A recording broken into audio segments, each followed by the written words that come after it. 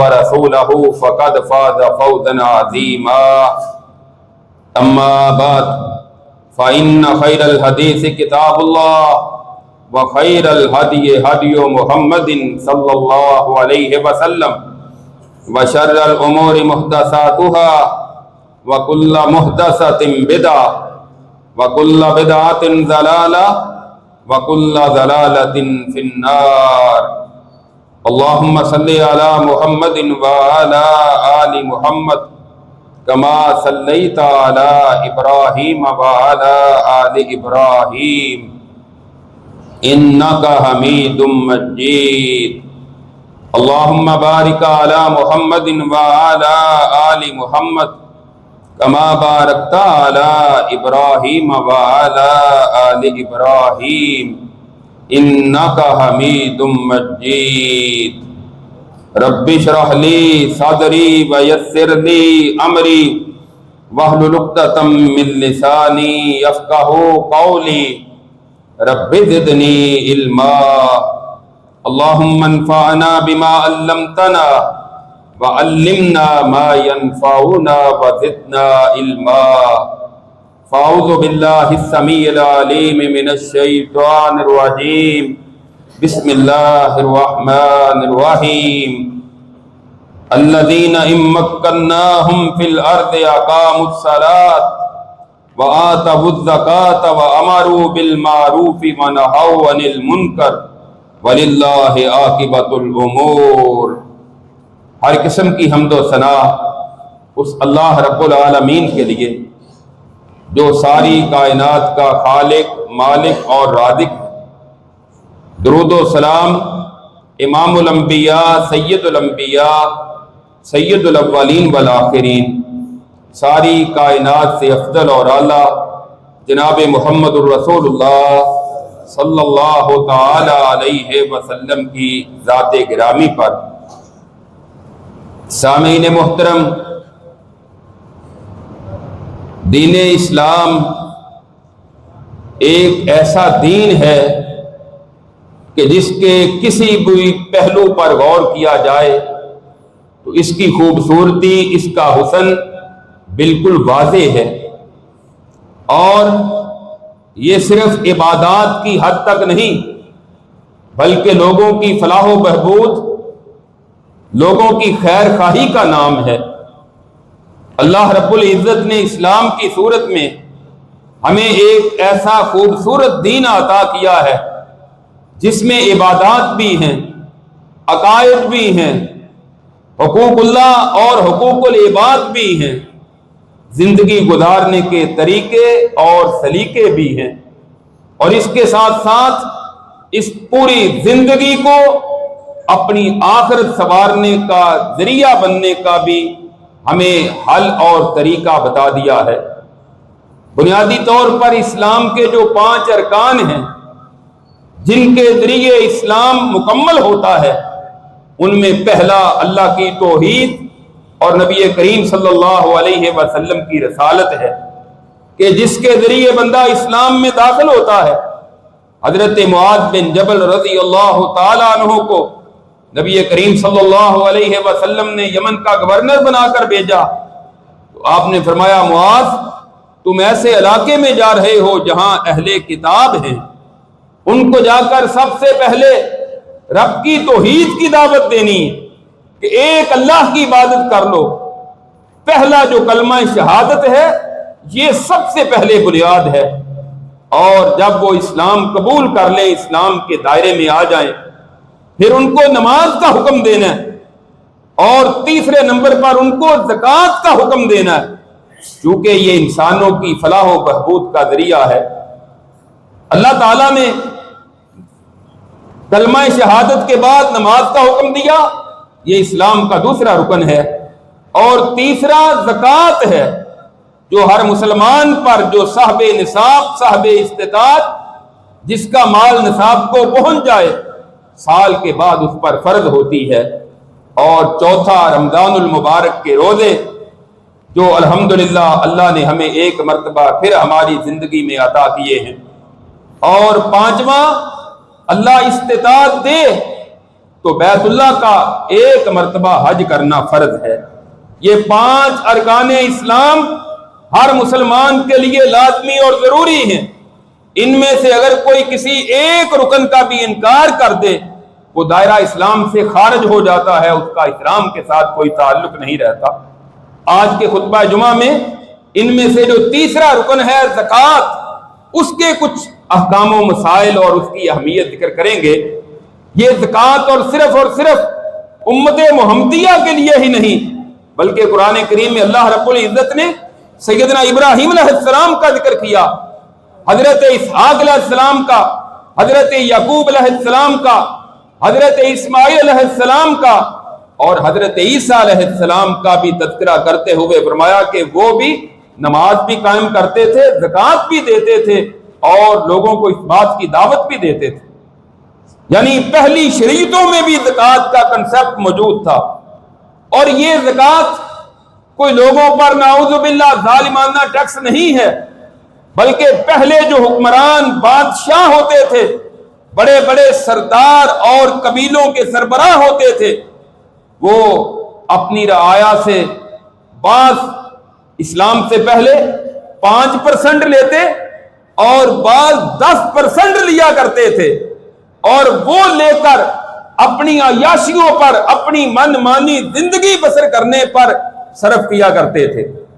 اسلام کا نظام زکوٰۃ جو ہے اس میں 2 خوبیاں ہیں جو بالکل ان سے مختلف ہے۔ ایک تو اسلام نے 5 اور 10% کا کنسپٹ ختم کر کے 2.5% کا حکم دیا، نہ 5% ہے نہ 10% ہے بلکہ صرف 2.5%، 40واں حصہ۔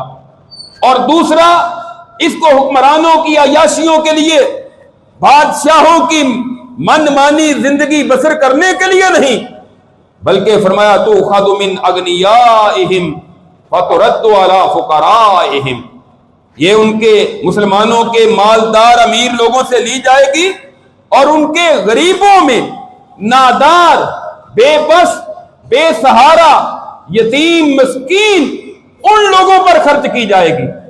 یعنی کتنا فائدہ کہ اسلام میں زکوٰۃ کا جو کنسپٹ ہے یہ مالداروں کی عیاشی کے لیے نہیں ہے، حکمرانوں کی من مانی زندگی بسر کرنے کے لیے نہیں ہے، بلکہ یہ غرباء اور مساکین کی فلاح و بہبود کے لیے ہے۔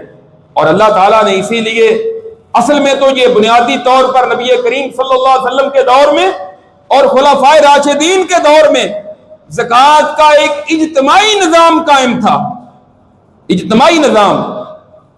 صحیح بخاری میں حدیث ہے، حضرت عدی بن حاتم رضی اللہ تعالیٰ عنہ کہتے ہیں میں نبی کریم صلی اللہ علیہ وسلم کی خدمت میں حاضر تھا، اس دوران 2 آدمی آئے، آ کر آپ کی مجلس میں بیٹھے۔ ایک نے کہا اللہ کے رسول صلی اللہ علیہ وسلم غربت بڑی ہے، اس کا کوئی حل تو بتائیں۔ دوسرے نے شکوہ کیا بد امنی بڑی ہے، قافلے چلتے ہیں، راستے میں لوگ لوٹ لیتے ہیں، تو اس ساری صورتحال کے بارے میں ہماری رہنمائی فرمائیں۔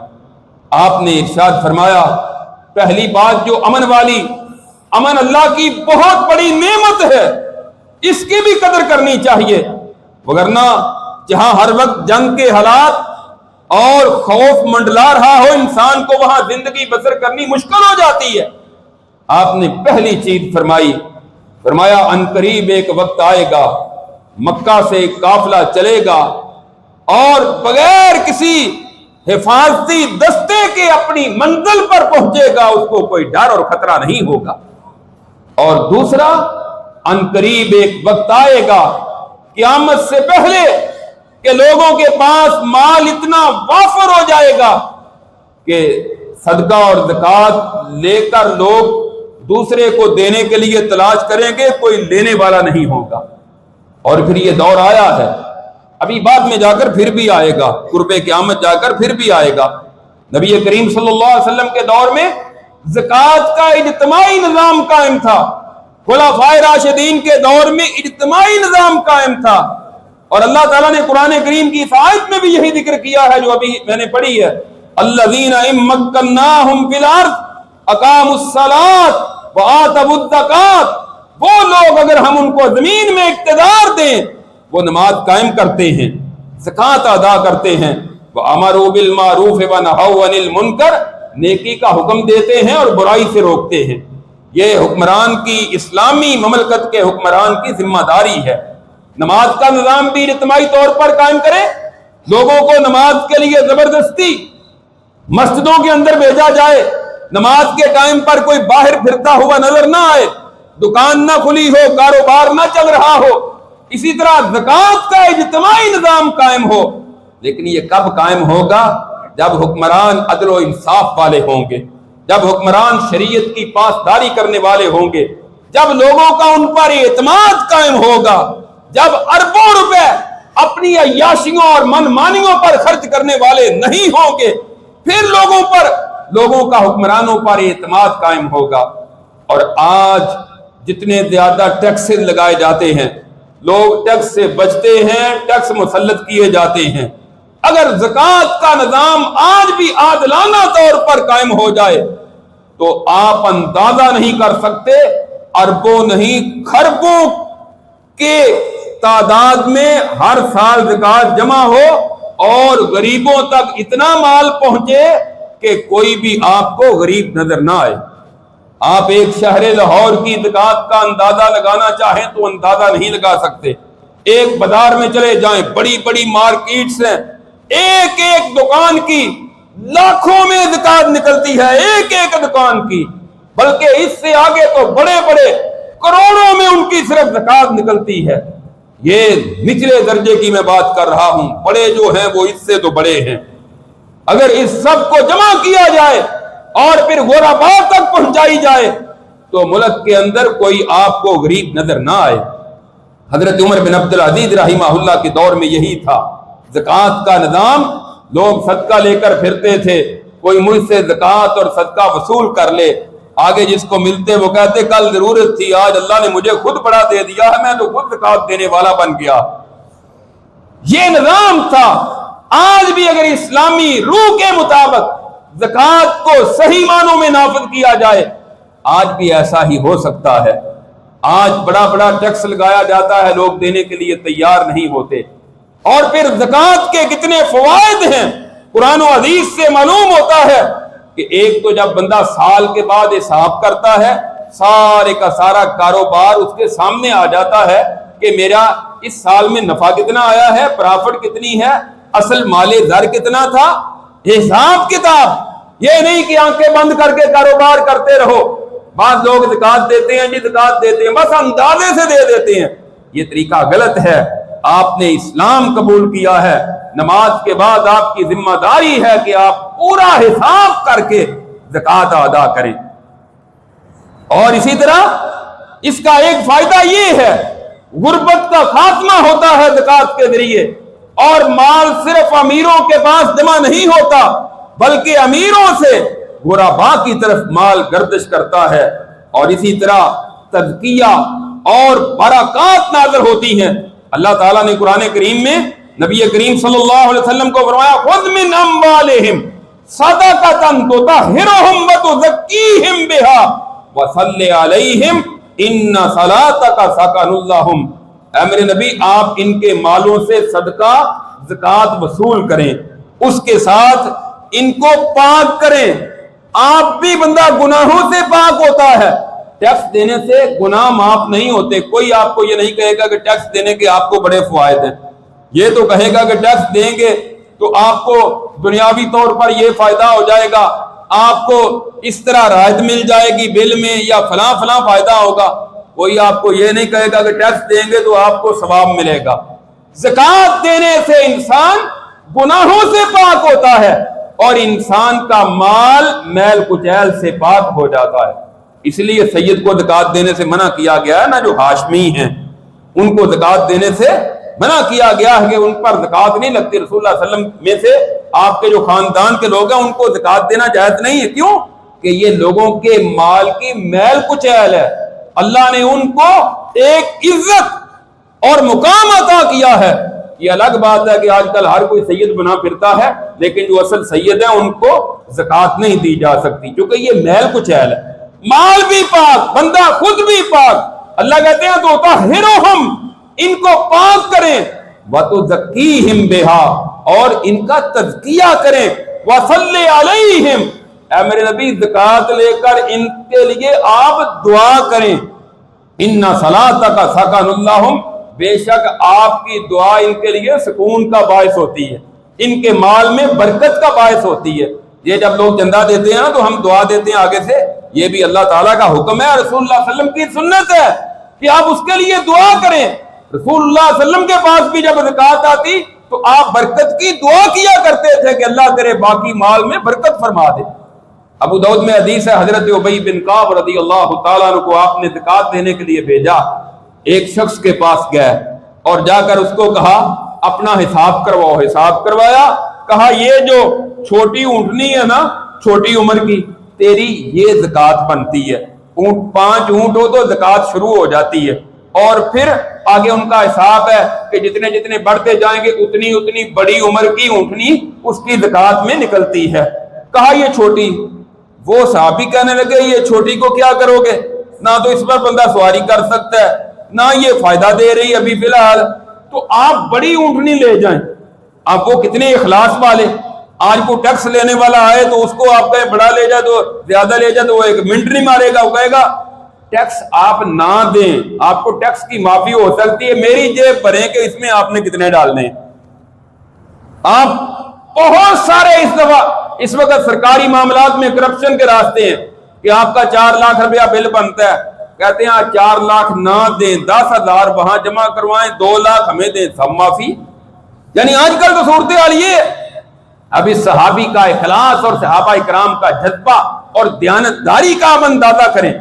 کہتے ہیں کہ یہ بڑی اونٹنی لے جائیں، کہتے ہیں بڑی میں نہیں لے جا سکتا، بنتی چھوٹی ہے، میں بڑی کیوں لے جاؤں؟ اچھا آؤ میرے ساتھ، رسول اللہ صلی اللہ علیہ وسلم تشریف فرما ہے، آپ کے پاس چلتے ہیں۔